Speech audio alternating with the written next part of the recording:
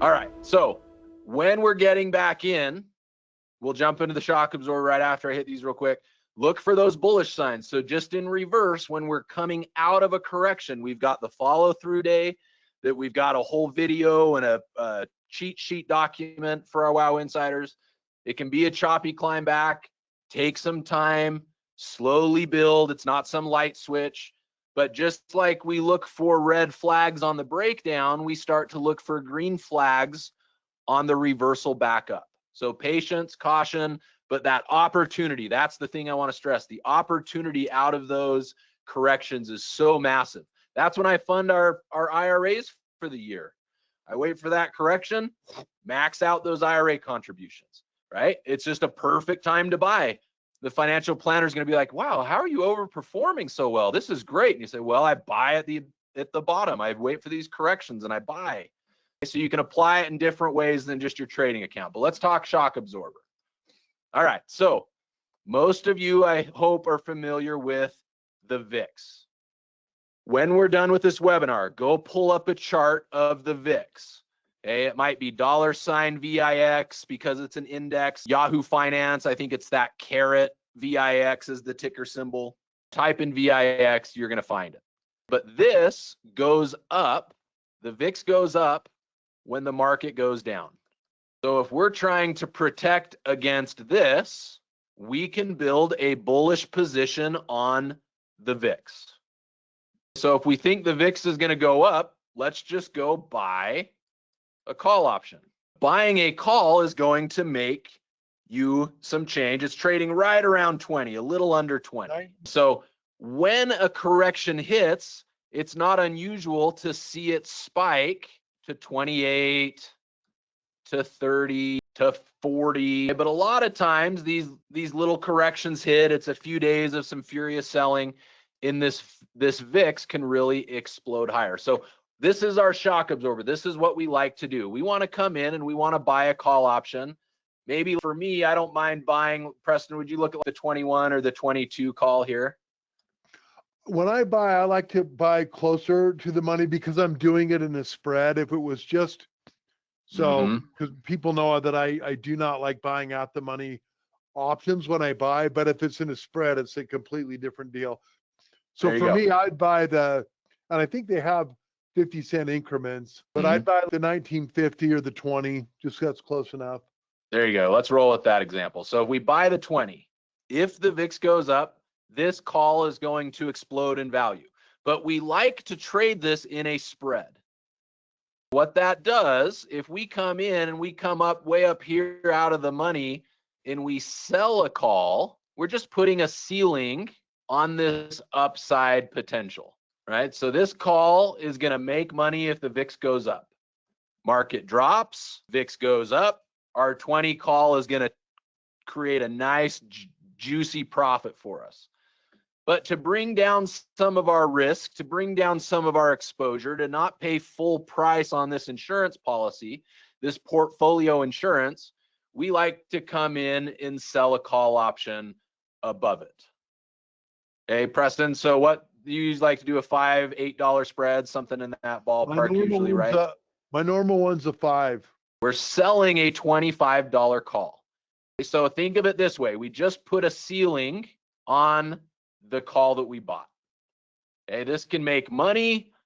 If the VIX blows up to 30 or 40, we've just capped our upside. But the flip side of this, Preston, if you have an option chain, maybe you go grab me some quotes real quick on that 20 call and the $25 call.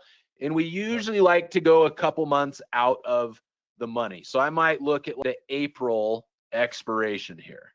The April expiration. So something around that third Friday, the 17th. All right, so we're paying money, we're buying the 20 call, we're selling this 25 call, it puts a ceiling on the trade, but then we bring in a whole bunch of cash in it, it brings down our cost. We're making our insurance less expensive, much less risk, because if the market does keep uptrending, this is gonna lose money.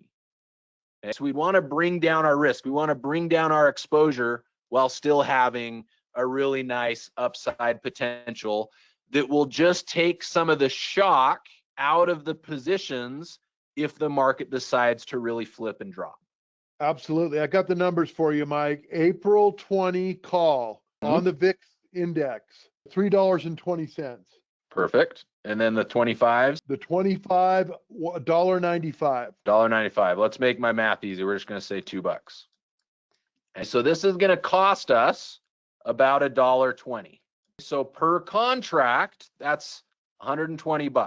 $120 that we're spending, and we've got this $5 spread, so we stand to make $5 or 500, okay?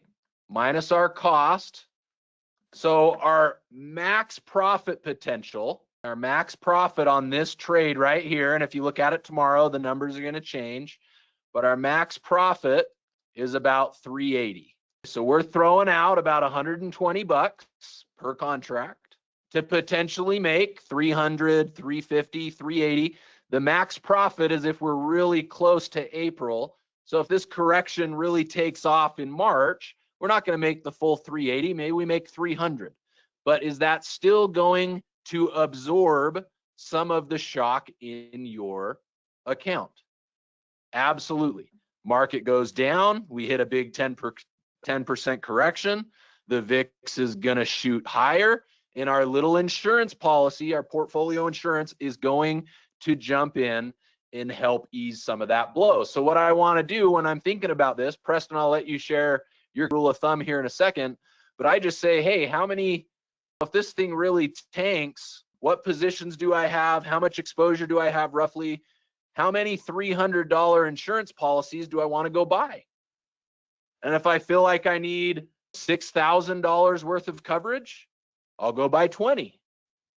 If I think I need 30,000, okay, I'll go buy 100. And I'll go spend $12,000 to protect maybe a $300,000 portfolio or whatever it is. So you come in, just do a little math. You can do some napkin math. Preston's got a little guideline that'll help and figure out how much insurance you want to buy. And then if we go another month in, and the market's still chopping along, I'm going to buy more out into April. I might restock my insurance. And you can just keep playing that game until we're back in a bullish uptrend. I'll sell these off. I'll maybe try to get a little of my money back, and I'll wait to see if the red flags start appearing again at some point in the future. All right, so that's the shock absorber. It's really powerful. Preston, you've been teaching this for what, at least 7-8 years now. And when people apply it and that downturn hit, they just sing its praises. I'm so glad I bought the shock absorber. I'm so glad I bought it. So you'd much rather have that insurance before you need it, right? Like anything in life. So Preston, why don't you share your little rule of thumb on how you size? My rule of thumb, and write this down again. I hope a lot of this is going down in your own writing. For every 50,000, not an account size, but 50,000 that's invested is in trades. So if you have a $170,000 account, but only 50 is involved with trades, go with the 50, not the 170. So for every 50,000 exposed to the market, I do 20 contracts of the shock absorber. Perfect. So take that rule of thumb. If you want our engineers, right, our accountants that want to go line by line, you can go and size up how much exposure do I have, how much do I want to buy. If you want to skip all that math, just follow this guideline, and that will get you. Doesn't mean that 50,000 still not going to take a hit, right?